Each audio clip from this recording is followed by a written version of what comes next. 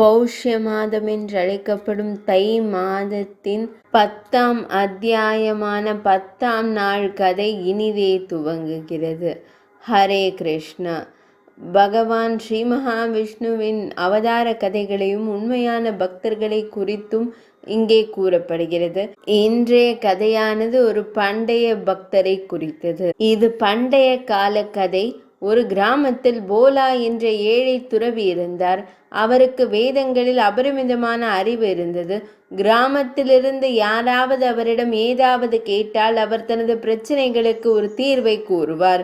ஒரு நாள் அவரது மனைவி சுதா, கேளுங்கள், நீங்கள் கூறும் தீர்வுகள் அவர்கள் இந்த மக்களை எல்லாம் முட்டாளாக்குகிறார்களா அல்லது இதில் ஏதேனும் உண்மை இருக்கிறதா என்று போலா கூறினார்.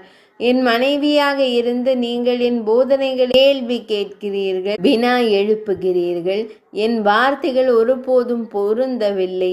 சுதா, அப்படியானால் உங்களுக்கான தீர்வை ஏன் நீங்கள் கண்டறியவில்லை?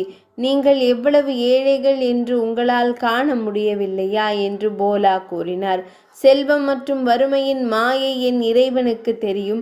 ஆனால் இன்று வரை அவர் நம்மை ஒருபோதும் பசியுடன் உறங்க விட்டதில்லை. அப்படி ஒரு விஷயம் இருக்கிறது.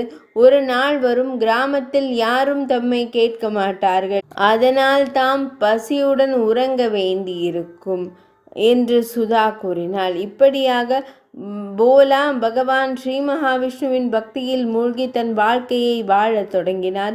ஒரு நாள் ஒரு முனிவர் அவரிடம் வந்து, எனக்கு நிறைய பணம் இருக்கிறது, ஆனால் மகிழ்ச்சியை அனுபவிக்க எனக்கு குழந்தைகள் இல்லை. நான் குழந்தை இல்லாமல் வைக்கப்பட்டதற்கு என் தவறு என்ன? முனிவரே, உங்கள் முந்தைய ஜென்மத்தில் உங்கள் செயல்களால் உங்களுக்கு குழந்தைகள் இல்லை. உங்கள் முந்தைய ஜென்மத்தில் நீங்கள் ஒரு வேட்டைக்காரராக இருந்தீர்கள். நீங்கள் ஒரு குருவியை கொன்றீர்கள். அவள் தன் குழந்தைகளுக்காக தானியங்களை எடுத்து சென்றாள். அதனால் அவளுடைய குழந்தைகள் பசியால் இறந்தனர்.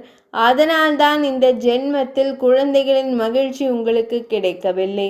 முனிவர் கூறினார், பண்டிதரே, இதற்கு ஒரு தீர்வை கூறுங்கள் என்றார். முனிவரே, உங்கள் பாவங்கள் நீங்கியதும் நீங்கள் காத்திருக்கும் மகிழ்ச்சியை பெறுவீர்கள் என்றார். முனிவர், நான் உங்கள் இல்லத்தை பணத்தால் நிரப்புவேன், ஆனால் தயவு செய்து என் இல்லத்தில் குழந்தைகளை பெற ஒரு வழியை கூறுங்கள் என்றார். இதனை கேட்ட போலா கோபமடைந்து, நீ என்னை பணத்தில் வாங்க விரும்புகிறாய், போய்விடு என்றார். இங்கிருந்து போ. அவன் சென்ற பிறகு சுதா, சேட்ஜி உனக்கு பணம் கொடுக்க வந்த நாளிலிருந்து கவுன்களில் இருந்தவர்கள் போலாவிடம் வருவதை நிறுத்திவிட்டார்கள். ஏனென்றால் சேட்ஜி முழு கவுனிடமும் போலாவை எதிர்க்க தொடங்கினார். அதன் பிறகு போலாவும் சுதாவும் பசியால் இறக்கும் தருவாயில் இருந்தனர்.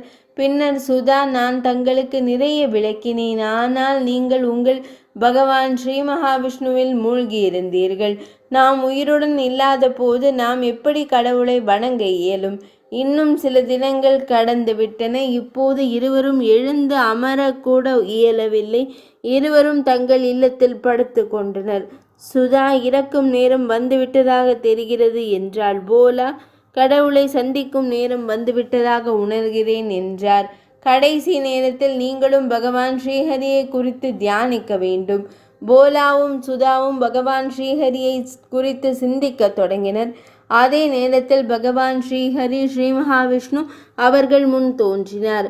போலா கடவுளிடம், தெய்வத்திடம் இவ்வாறு கூறலானார், இப்போது எங்களுக்கு உங்கள் பாதத்தில் அமர தைரியம் கூட இல்லை. நீங்கள் மரியாதை செலுத்த முடிந்தால் தயை கூர்ந்து எங்களை உங்கள் பாதுகாப்பின் கீழ் அழைத்து செல்லுங்கள் என்று கூறினார். பகவான் ஸ்ரீ மகாவிஷ்ணு, நீங்கள் எந்த பேராசையும் இல்லாமல் பக்தி செய்யும் எனது பக்தர். இதற்காக நீங்கள் இந்த உலகில் தங்கி மதத்தை கற்பிக்க வேண்டும்.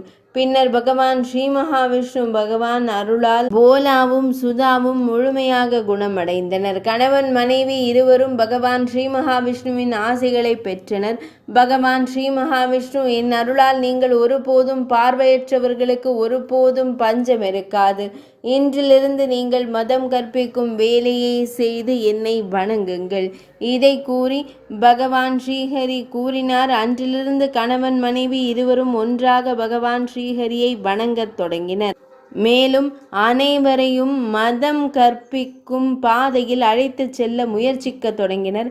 நமோ பகவதே வாசுதேவாய நமக பிரணவத்துடன் கூடிய மகா மந்திரத்தை இந்த கதையின் இறுதி வரை கூறிக்கொண்டிருந்தனர். பகவான் ஸ்ரீ மகாவிஷ்ணுவின் அருளால் அனைவரும் நலமாக இருப்பதே இந்த கருத்தின் கதையாகும். இன்றைய 10ஆம் நாள் கதை இனிதே நிறைவடைந்தது.